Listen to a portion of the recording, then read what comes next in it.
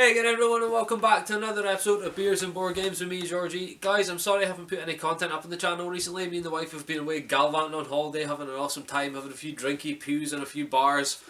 Just really enjoying ourselves, and hey, everyone deserves a break, right? But this week I'm back and I'm going to be reviewing The Grizzled by CMON or not, or published by CMON or not, designed by Fabian Rafouad and John Rodriguez. It's a 2 to 5 player cooperative card game, lasts about 30, well, it says 30 minutes on the box. I would say probably closer to 45, maybe a little bit longer if you're teaching a new group, just to explain the mechanics and the sort of trap cards and stuff, which I'll explain to you when I show you the quick down view of the game, or the overview of the game that I'll give you. Actually, without further ado, no, I'll quickly say actually, there is a game based in World War One where you are a group of French soldiers just trying to simply survive the horrific acts of war. It doesn't glorify war, it doesn't seem to be like, yay, let's take them out. You just simply, somebody decides that they're the mission leader, you go on a mission, and so you're simply just trying to survive on that mission. It's hard to say much, it's hard to really say anything without giving anything away or showing you what the game is, so I think we should just go straight to it and let's have a look at The Grizzled. So guys, this is a starting setup for a 3-player game of The Grizzled. This is the first player marker here. As you can see, it's like a guy running over the front line, but he kind of looks like he's pointing, or he's about to, I don't know if he's drawing a gun, or I don't know what he's planning on doing, but it's kind of a cool first player marker, I guess. Little cardboard stand. You'll notice each player has a character. The character will always start Lucky Charm up. I'll explain what the Lucky Charm does once I explain other things. As you can see, the artwork of the cards is on the character cards is really cool as well. I really enjoy it. Every player as well will start with 3 support tokens. You'll see. Everyone will get a left and a right one, and everyone will get shuffled and sort of dealt a random one. So as you can see, I got another left.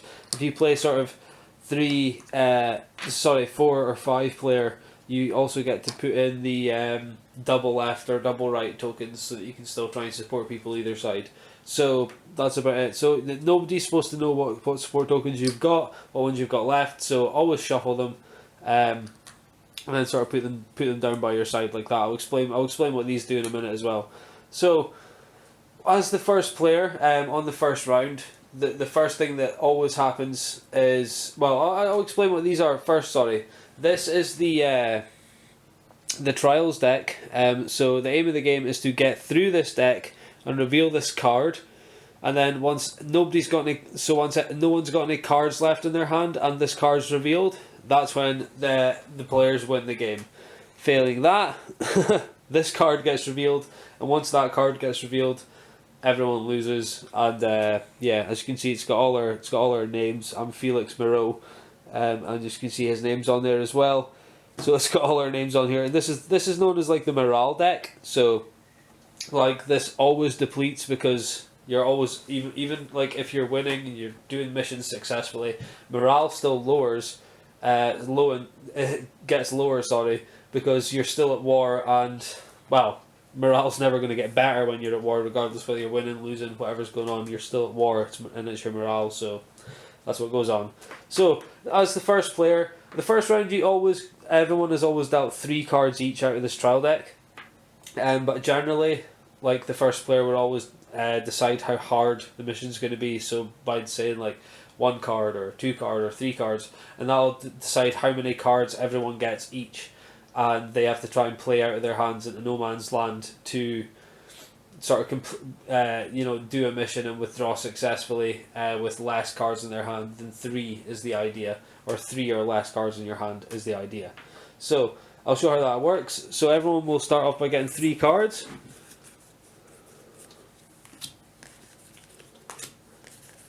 Deal these out, sorry. Okay, so I'll have a look at these cards first of all. Now, I'll show you some of the imagery on the cards just now. Now, there's 6 type of threats. I'll explain first of all. There's gas masks, whistles, shells, and that's the 3 sort of like little images on the top that's going to be the threats. And the other 3 threats are, there's a snow, there's also one that has rain on it, which I'll find one later on, and there's also one that has nighttime on it as well. Now those are the other three threats. There is also this card here. You see this has got 2 images on it here, so this has got like a gas mask and a shell. But you'll notice this isn't nighttime, snow, or rain. But this doesn't count as any sort of background or that kind of that type of threat. But it does count as 2 of these, so I guess it's just as bad. Now the aim of the game is to try and empty your cards from your hand, but it's you play 1 card each. Or you can use on your turn you can use one of these speech tokens. I'll explain how you get them in a second and what they do. Or you can use your lucky charm, or you can withdraw. But you always want to try and play your cards because as a group you want to have less than 3 cards in total in your hand. Once everyone's withdrawn successfully hopefully.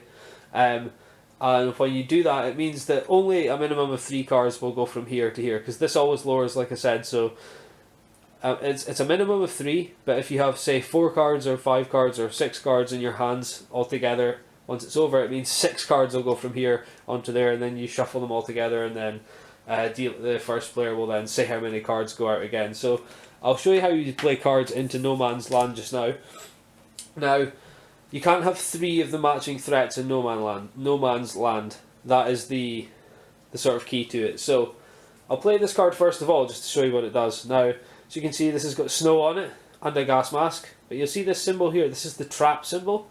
So this means you automatically draw a card from the Trials deck and play that as well. So let's play this just now and then we'll see what card we get from the Trials deck. Now you'll see there's another trap symbol. Thankfully we don't have to play it twice in a row. But you'll see this is nighttime and this is a whistle. So we've only got 2 of the... we've got 1 gas mask, 1 whistle, 1 nighttime, 1 snow. And that would be that player's turn over, because I've played, or my turn over, because I'm the first player, and I've played my card that turn. So that's that. Now it would be the next player's turn. Sorry, I've knocked that pile slightly onto No Man's Land. That's not very good. Show you what cards he's got. Wow. I haven't mentioned these yet because I didn't come across them, and I didn't expect to see 3 of them. As you can see, these are Hard Knocks cards. Now, a Hard Knocks card will generally say something on it like this one. It says, on your turn, you must withdraw if 2 identical threats are active. So that could mean that you withdraw straight away. So he's going to have to play a Hard Knocks card this turn. Now, the other one he's got here, for example, is Fragile. Other players cannot withdraw as long as they have only any cards in... if they have any cards in hand.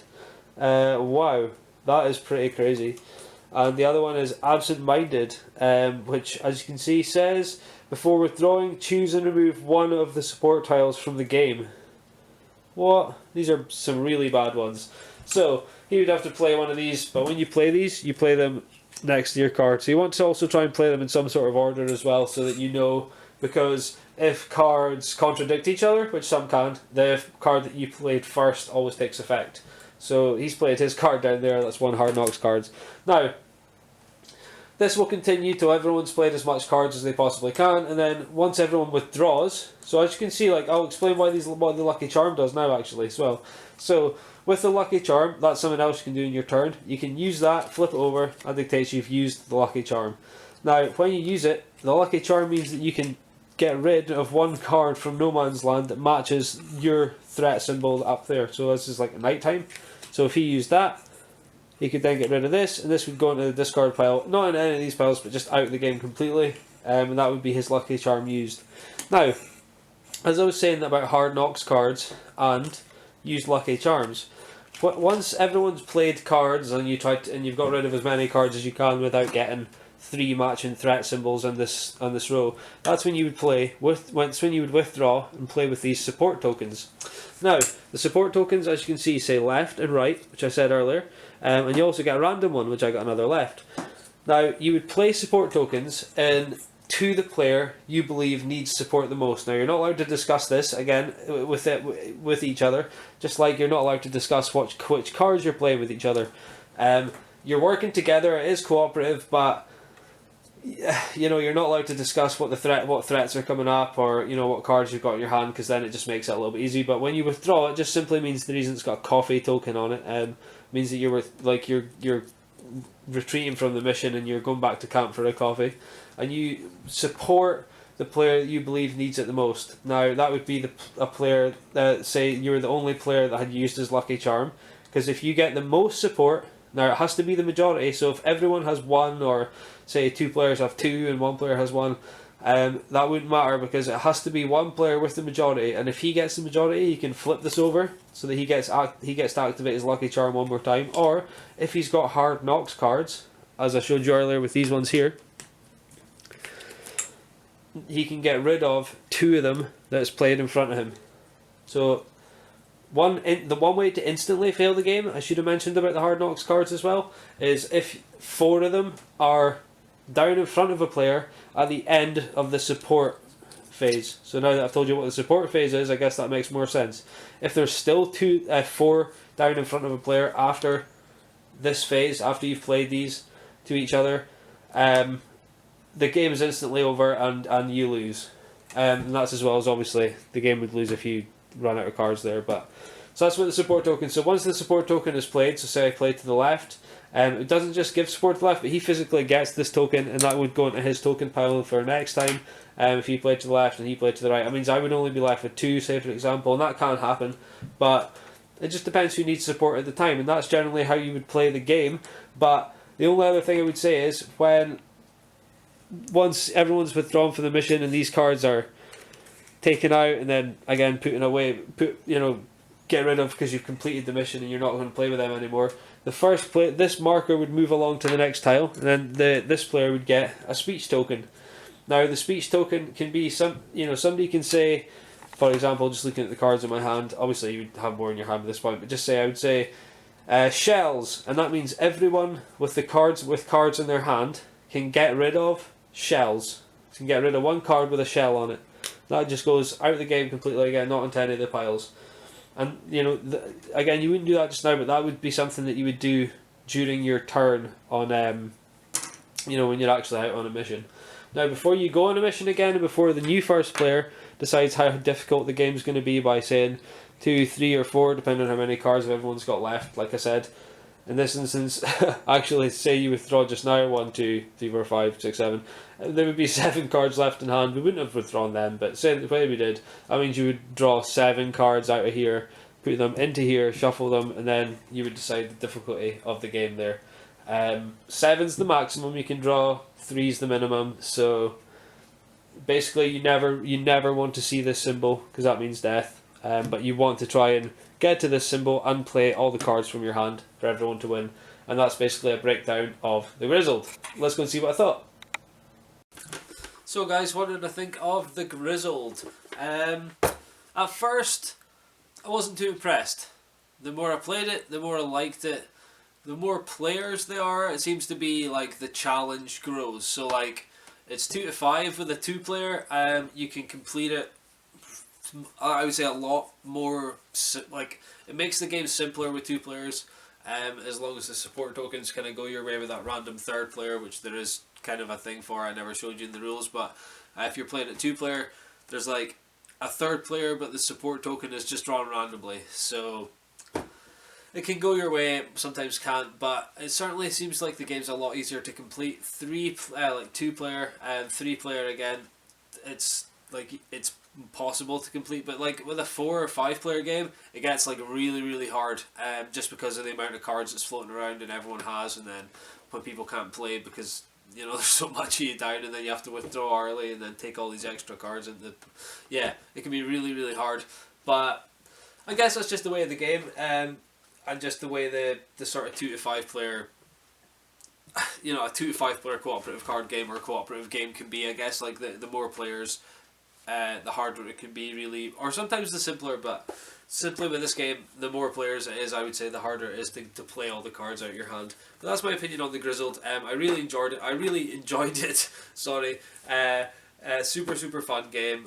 For a little cooperative card game as well. Really portable, I guess, and the artwork is phenomenal. I enjoyed the game. That's my opinion.